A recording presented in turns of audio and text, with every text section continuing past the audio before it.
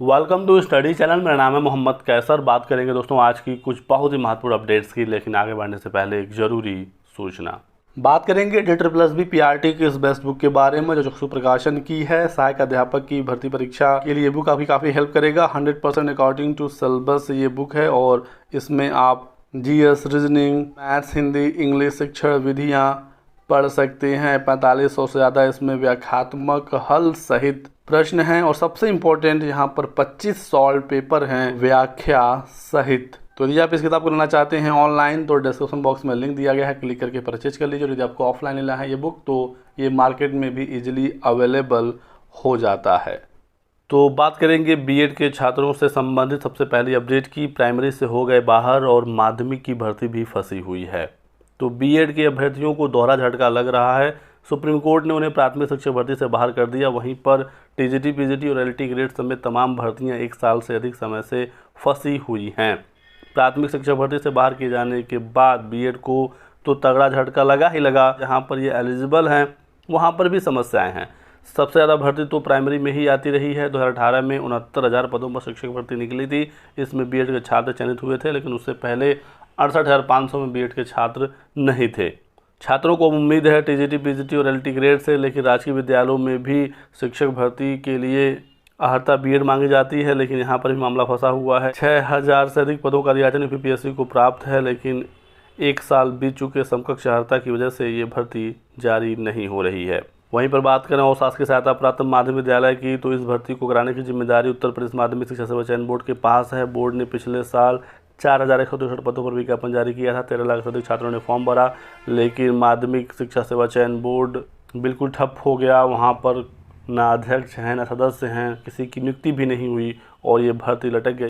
तो अब ये भर्ती नए आयोग से होनी है। नया आयोग विधानसभा और विधान परिषद से पास हो गया। राज्यपाल की मंजूरी के बाद ये आयोग गठित हो जाएगा, फिर नियुक्तियां होंगी अध्यक्ष वगैरह की, सदस्य की। तो अक्टूबर-नवंबर तक ये सब कुछ होने में लगेगा। दिसंबर तक परीक्षाएं शुरू हो सकती हैं नए आयोग से। इसी वजह से ये छात्रों की मांग है कि फिर से प्राथमिक शिक्षक भर्ती में बीएड को योग्य किया जाए और इसको लेकर छात्र मुख्यमंत्री, प्रधानमंत्री और राष्ट्रपति को पत्र लिख रहे हैं। छात्रों की मांग है कि सरकार सुप्रीम कोर्ट के फैसले पर पुनर्विचार याचिका डाले और गजट संशोधन कर छात्रों को फिर से प्राइमरी में शामिल करे। आपको पता है कि सुप्रीम कोर्ट ने बीएड के संबंध में ऑर्डर दे दिया है कि वो प्राथमिक शिक्षक भर्ती के लिए योग्य नहीं रहे हैं। इसके बाद बीएड के छात्र जगह जगह पर प्रदर्शन कर रहे हैं और अपनी मांग को सरकार तक पहुंचा रहे हैं।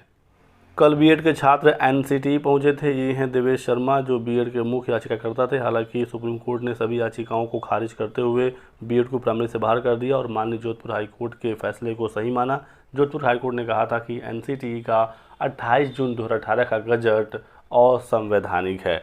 लेकिन कल जब बीएड के छात्र पहुंचे एनसीटी, यहाँ पर अधिकारियों से बात हुई और छात्रों ने जानने की कोशिश की कि एनसीटी का आखिर इस संबंध में क्या रुख है, क्या वो कार्रवाई कर रहे हैं। तो सूचना ये मिली है कि एनसीटी बहुत ही जल्द नोटिस जारी करके अपनी स्थिति स्पष्ट कर देगा और अभी तक जो कन्फ्यूजन बना हुआ है वो समाप्त हो जाएगा। वहीं पर बीटीसी वाले छात्र भी कल एनसीटी पहुंचे थे और इन्होंने मांग की कि एनसीटी एक नोटिस जारी करके बीएड को पूरे देश से प्राइमरी से बाहर करे, क्योंकि सुप्रीम कोर्ट का ऑर्डर आ चुका है। सुप्रीम कोर्ट के ऑर्डर का सम्मान करते हुए एनसीटी को बिल्कुल स्पष्ट ये दिशा निर्देश जारी कर देना चाहिए कि बीएड प्राथमिक में अब योग्य नहीं रहा है। तो कोशिश हर तरफ से हो रही है, हर छात्र अपना पक्ष रख रहा है सरकार के सामने, एनसीटी के सामने।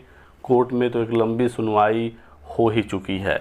इसी बीच बीटीसी वाले छात्र अलग अलग हाई कोर्ट में रिट भी डाल रहे हैं और सुप्रीम कोर्ट के ऑर्डर को फॉलो करवाने की कोशिश कर रहे हैं। बहुत सारी रिटें तो पहले से ऑलरेडी पड़ी हुई हैं। उत्तर प्रदेश में 69,000 शिक्षक भर्ती में भी बीएड को बाहर करने का मामला हाई कोर्ट में है। बिहार शिक्षक भर्ती संबंधित भी रिटें पहले से कोर्ट में लगी हुई हैं।